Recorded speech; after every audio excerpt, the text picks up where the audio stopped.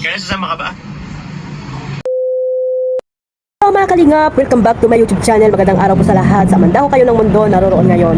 At syempre guys, panibagong reaction tayo mga kalingap no, sa interview ni Kalingap David dito sa dalawa ng kay Kalingap Dan at kay Kalingap Jomar.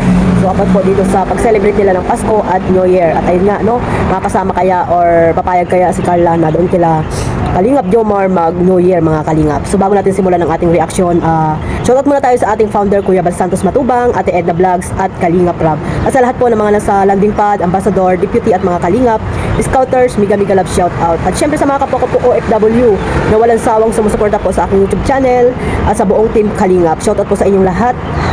At syempre sa mga kasamahan ko po sa Reactor, ayan, Team Bios at sa Karipa. Mega love shoutout. At ito nga guys, no, panoorin natin yung clip video na nakuha ko po dito sa kay Kalingap David, no, sa pag-uusap nila about po dito kay Carla mga kalingap. Ikaw, sasama si Carla. Tanin mo. Sasama. Carla, kung nanonood ka man, tinatanong ka ni Jones. Mali, ito pinigurado nanonood to ay. Ano nanonood pa yan? Tanawin mo na kung nanonood. Kaya nanonood ka ba? Hindi, kung sasama. Kaya sasama ka ba? Okay naman sasagutin niya na yan. Nasagutin niya yan. Siguro sa comment, or yung mga viewers, pwede din sila magtanong kung sasama sila. Kung sasama si Carla, no? Siyempre, Sasama. pwede ba? Actually, pwede ba? Na no? Sumama siya? Sa? Sa'yo, sa New Year lang. Sa Nabwa? Sa Nabwa? Kasi Carla. Ano ba mag-o-or hindi si Carla? Kaso paano yan? Paano yun? Malayo. Baka magtampo yung ano. Yung alin? Sila ano? Sila... Nanay Cynthia. Oo nga, no? Nga, New Year kasi. New Year pa naman. Dapat talaga magkakasama. Sabi rapat Pero welcome naman siya doon. Oo naman, pero ano bang meron? Wala eh. Masaya ka naman kung makakasama mo si Bryce. Kasi ano naman? So ayun nga guys no, napanood nyo naman yung clip video na nakuha ko po dito kay Kalingap David no. Ano kaya ang kasagutan ni Carla no sa pag-invite ni Kalingap tawag dito, Kalingap Jomar na doon siya mag New Year sa Nabua mga kalingap. Pero siguro hindi papayag kasi nga 'di ba pag New Year ay dapat magkakasama po ang buong pamilya lalo na po sa pagsalubong ng taon mga kalingap. At yung kasi Christmas parang sa pambata lang yan yung mga kalingap no. At ayun, nagsama naman sila nung umaga nung Christmas mga kalingap no. At nabigay sila ng konting ayuda doon sa kanila at talagang napahanga itong si Kalingap Jomar ni Carla kasi nga talaga si Carla ay binabalik-balikan niya yung kanilang kanilang lugar noong hindi pa siya nakita ni Kalingap Rob. So ayun, napakabuting bata itong si Carla no, talagang kung saan siya nanggaling ay talagang nililingon niya, 'di ba mga kalingap? Nililingon niya kung nasaan siya nanggaling noon. At syempre, at napakarami ng blessing na dumadating sa kanya at ipinamahagi niya ito sa kanyang mga kababayan, mga kalingap. At syempre, nandiyan po ang suporta ni Tatay Alan, mga kalingap no. Masayang-masaya sila mga kalingap. At doon nga daw no, doon din kumain si Kalingap Jomar, o 'di ba mga kalingap? Doon kumain sa sa bahay nila Carla. At ayun, food is life talaga no, food is life talaga mga kalingap silang dalawa. Kasi nga ang pagkain ay naubos, muntik nang naubos yung ulam, siguro mga kalingap, siguro adobo yun. At ayun nakita niyo naman yung vlog diyan ni Kalingap Jomar sa pagbigay nila ng ayuda doon sa sa tawag dito Taro mga kalingap no. At ayun guys, ayun, patuloy natin guys ang ating reaction at meron lang static. So ayun, nakita nyo naman na magkasama sila, di ba, na nagbigay ng ayuda noong Christmas. At nung gabi nga ng Christmas ay nandoon siya kay Kuya Brooks, no? Sa Team Brooks si Kalingap Jomar. At ayun, at least kahit pa paano nagkasama sila ni Carla. At ngayon ng New Year ay gusto ko i-invite ni Kalingap Jomar itong si Carla, pero siguro ay hindi naman pwede kasi nga New Year nga yan mga kalingap no. Talagang dyan po ay magkakasama po ang buong pamilya. So siguro hindi rin papayag yung magulang ni Carla na pupunta ng Nabua para doon mag-celebrate ng New Year, di ba? So ayun, talaga namang gustong-gusto rin ni Kalingap Joms na makasama sana si Carla no, at masaya siya dahil nga pag magkasama sila ni Carla, di ba mga kalingap. So ay pero may mga pagkakataong hindi naman talaga pwede at napakalayo po ng Nabua, di ba mga kalingap. At actually ay pupunta po ng Manila itong si Papa Joms, Kalingap Joms dahil po tag dito susundan niya ata yung tita niya no, na galing ng ibang bansa. So sana guys, naunawain natin po si Kalingap Joms at iwasan niyo na po ang pambaba sa kanya kung ano man po yung mga negative na naiisip niyo po dito no. Sa part 71 pa lang mga kalingap ay sana ay makontento na po kayo kung ano man po yung mga kasagutan nila sa question and answer, yun nga, question. Ngayon, makontento na kayo mga kalingap. At sana, kung totoong supporters kayo ng Jomcar, ay talagang makontento na talaga kayo at hindi nyo na ibabas itong dalawa. Sa bagay, yung mga basher naman ay dapat din nating mahalin kasi viewers yan mga kalingap. Hindi natin alam kung sino talaga sila, no? Kung saan panig ng community galing at talagang gusto lang manira ng mga love team na binuo ni Kalingap Rab. Pero hindi po yan mawawala, no?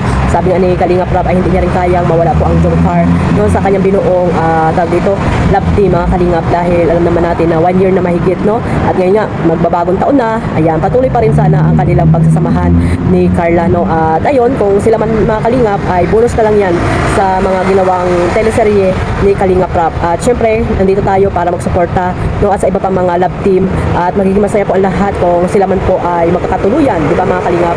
At hintayin lang natin kasi may tamang panahon naman dyan, no?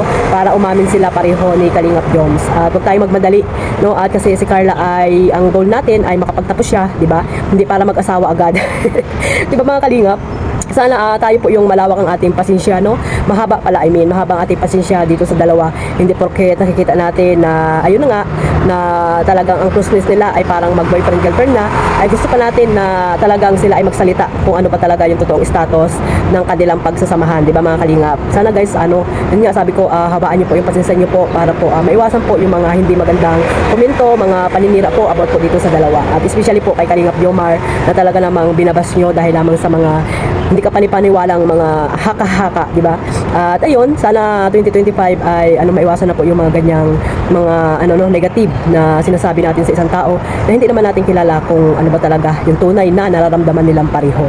So, kung ano man yung nakita natin, di ba? Sabi nga ni Carla, ano yung sabi ni Carla? Kung ano man yung nakikita niyo, yun na yun.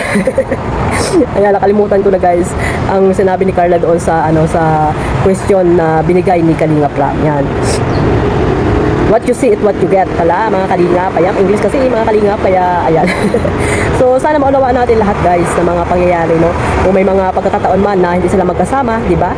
Para tayo na rin yung mag-adjust, tayo na rin yung makakaalam kung bakit lagi silang hindi magkasama, di ba? Yung mag-asawa nga, nagkakahiwalay pa, di ba, ng lakad. Yung pa kaya na hindi natin alam kung sila na nga ba talaga or what, di ba mga kalingap? Sana bigyan natin sila ng laya muna ngayon, no? At ayun, maging masaya na lang tayo kung ano yung mga nakikita natin dito sa dalawa, mga kalingap. So, ayan lang guys, kung talagang supporters po kayo at tunay na nagmamahal dito, sana po walang bibitaw, no? Hanggang dulo. No, abangan natin yung kanilang talagang sila na nga, mga kalingap, kung ano ba talaga yung mangyayari sa kanilang hinaharap, di ba? Kung talagang mag-boyfriend na nga talaga sila, yung aamin talaga sila, mga kalingap. Kaya, mag-antay-antay lang tayo, huwag tayo magmamadali kasi si Carla ay dapat makapagtapos muna yun ng pag-aaral, no? Nandiyan lang naman si Kalingap Jomar na handang, sabi niya, na handang tawag dito, mag-antay dito kay Carla, mga kalingap. So, hanggang dito lang po, mga kalingap, no? And kaya magbabati muna pala ako sa inyo, no? Happy New Year. Sana ay ang ating mga magandang buhay sa darating na taon, di ba? At ayun, maging lang po tayo, maging masaya lang po tayo sa araw-araw na ginawa ng ating Panginoon, mga kalingap. At yung mga katulad kong OFW, yan, matulog na lang tayo guys.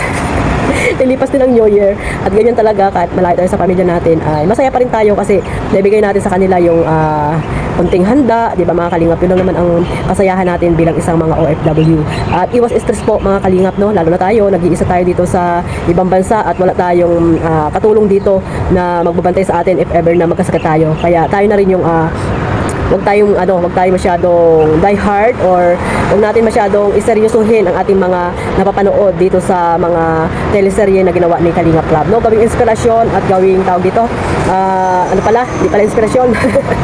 Gawing tawag dito libangan, mga kalingap. So hanggang dito lang po at marami po salamat sa suporta ninyo po sa aking maliit na YouTube channel, Kalingap Maymay. At syempre, huwag niyo pong kalimutan ang ating founder, Kuya Bal Santos Matubang, Ate Edna Vlogs at Kalingap Rab. At sa kanilang mga programa, di ba?